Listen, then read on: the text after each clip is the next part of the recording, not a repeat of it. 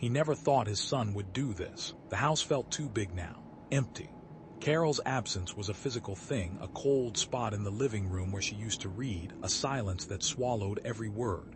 Ethan didn't help. He was a ghost in his own right, drifting through the halls, locked in his room, headphones clamped on tight. It had been 6 months since the funeral. 6 months since the doctor said there was nothing more they could do. 6 months since Ethan stopped talking. Really talking. How was school? I'd ask, setting down my briefcase, the weight of lesson plans and unanswered emails, a dull ache in my shoulders. He'd shrug. Fine. Anything interesting happen in history? I'd try again, desperate for a connection, a spark. History was our thing, used to be. Another shrug. We started the Middle Ages, that was it. Conversation over. He'd disappear into his room, leaving me alone with the echoes of Carol's laughter, the phantom scent of her perfume. It started subtly. A book on the Ottoman Empire appearing on his desk. A documentary about medieval warfare playing on his laptop. The sound muted, but the images, sieges, battles, impaled bodies flickering across his face. Then came Vlad. At first, I thought it was just another historical figure. Ethan went through phases. Romans, Egyptians, Vikings. I'd even encouraged it, happy to see him engaged with something other than video games. But Vlad was different. He devoured everything he could find on Vlad Roman III, Prince of Wallachia, Vlad the Impaler. He watched documentaries, read biographies, even started researching primary sources online. The walls of his room, once plastered with posters of bands and video game characters, became a shrine to the infamous prince. I saw the drawings first. Crude sketches in a notebook, filled with depictions of impalement. Men writhing in agony on sharpened stakes. Birds pecking at their eyes. I tried to tell myself it was just a teenage fascination with the macabre, a way of processing his grief. But the details, the meticulous attention to the placement of the stakes, the angles of the bodies, the expressions of torment, they were unnerving. "Ethan," I said one evening, knocking on his door. "Can we talk?" He opened the door a crack, his eyes narrowed, suspicious. "What do you want?" "I saw your drawings," I said, trying to keep my voice calm. "They are disturbing." He scoffed. "It's history, Dad. It's what he did." "I know, but why are you so interested in this?" He shrugged, avoiding my gaze. He was powerful, he was feared, he got things done, but at what cost, Ethan? He was a brutal tyrant. "Sometimes you have to be brutal to survive," he said, his voice flat, devoid of emotion.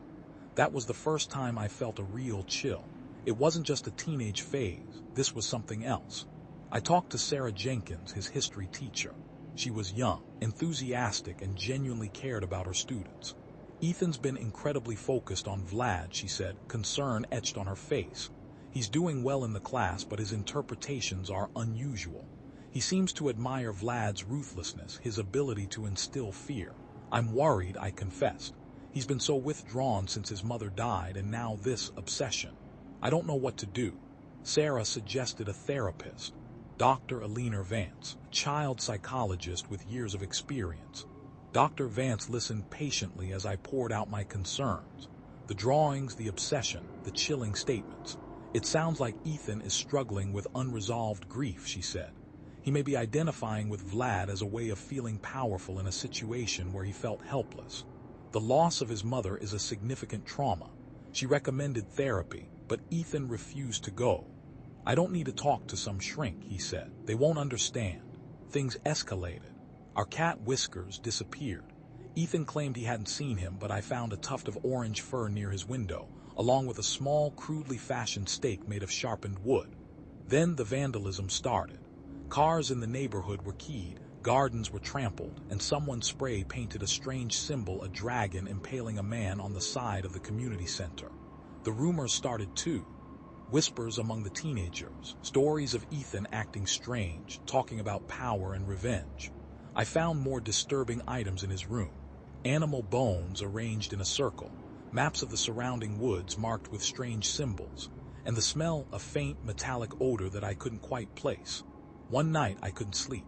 The anxiety was a knot in my stomach, twisting and tightening.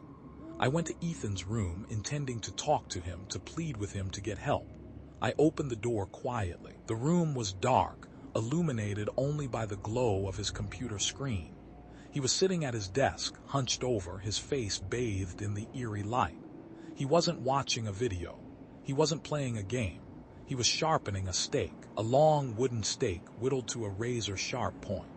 He was using a whetstone, his movements slow, deliberate, almost ritualistic. I stood there, frozen, unable to speak. He looked up, his eyes gleaming in the darkness. He didn't seem surprised to see me. "Dad," he said, his voice low and husky. "I'm preparing for what?" I whispered, my voice trembling. He smiled, a chilling, predatory smile that didn't belong on his face. "The rain is coming." I slammed the door shut and ran. I didn't know where I was going. I just needed to get away from him, from that room, from the terrifying reality that my son, my sweet, gentle son, was transforming into something monstrous. The next day, I called the police. I told them about the vandalism, the missing cat, the stake. I didn't tell them about the drawings, the animal bones, the chilling smile. I was still trying to protect him, even after everything. Detective Miller, a middle-aged woman with tired eyes and a no-nonsense demeanor, came to the house to investigate. She questioned Ethan, but he denied everything. He claimed he was just interested in history, that the stake was for a school project.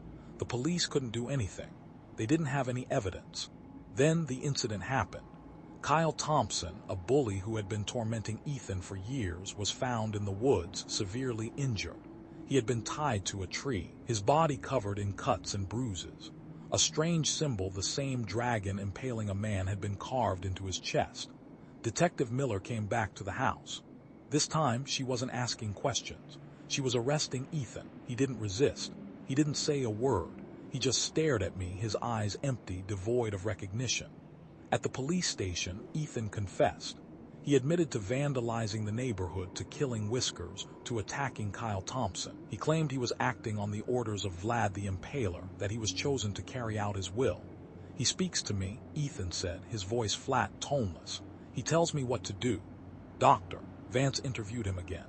She diagnosed him with a severe form of delusional disorder, possibly triggered by his grief and exacerbated by his obsession with Vlad. He was deemed mentally unstable and committed to a psychiatric facility. I visited him every week. I sat in the sterile visiting room, separated from him by a thick pane of glass, and tried to talk to him. "Ethan, it's me, Dad," I'd say. "Do you remember me?" He'd just stare at me, his eyes blank, unseeing. Sometimes he'd smile, that same chilling, predatory smile. I started researching Vlad the Impaler myself, trying to understand what had possessed my son. I read everything I could find about his life, his reign, his methods of torture. The more I learned, the more horrified I became. One evening I remembered something Carol had said. When Ethan was a little boy, she used to tell him stories of brave knights. I remembered her emphasizing the knight's strength and the enemy's terror. I hadn't put much thought to it, but perhaps she had set this in motion. I spoke with Mr. Abernathy, our elderly neighbor. He was a quiet, observant man who had lived in the neighborhood for decades. "I've seen him, Mr. Abernathy said, his voice raspy. "Your son in the woods. He'd go out there at night building fires, chanting in some strange language. I thought he was just playing games. I didn't know one day I received a letter from the psychiatric facility. There had been an incident. Another patient had been found dead, impaled on a makeshift stake. I drove to the facility, my heart pounding in my chest. I demanded to see Ethan. He was waiting for me in the visiting room, his eyes gleaming with an unsettling light. "Ethan," I said, my voice trembling. "What happened?" He smiled, that chilling smile that I had come to dread. "The rain has only begun," he whispered in Romanian. I sat there, frozen in terror, as the reality of what my son had become washed over me. He wasn't just obsessed with Vlad the Impaler. He was becoming him.